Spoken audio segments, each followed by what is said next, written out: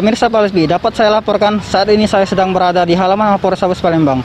Jumat siang sekitar pukul 11, ada satu tahanan Mapolrestabes Palembang berinisial AR dijemput oleh 2 orang petugas tim medis berpakaian lengkap.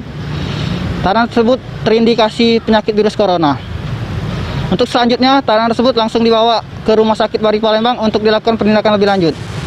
Berikut inilah statement dari Kapolrestabes Palembang, Kombes Pol Anam Setiaji.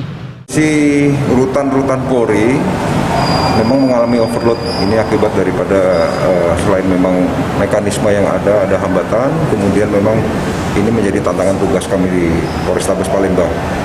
Untuk hari ini jumlah tahanan di rutan Polrestabes 937, yang diantaranya 661 orang itu adalah tahanan yang sifatnya titipan jaksa penuntut umum maupun tahanan yang sudah inkrah.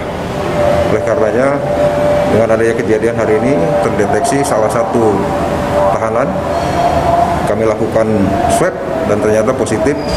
Dan sebelumnya memang sudah kami antisipasi dengan cara mengisolasi dia di ruangan sel tertentu.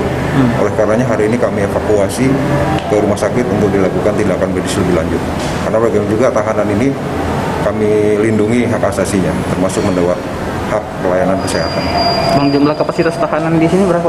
Iya, ini overload sudah 3 kali lipat lebih ya dari jumlah tersebut. Kondisinya memang full penuh. Ini tahanan apa bang tadi? Ini kasus 365 dengan modus begal. Infonya anak di bawah umur ya? Ya, anak di bawah umur. Nah, itulah tadi statement dari Kapolrestabes Palembang, Kombes Pol Anam Setiaji terkait evakuasi satu tahanan ke Rumah Sakit Bari. Heru Wahyudi melaporkan.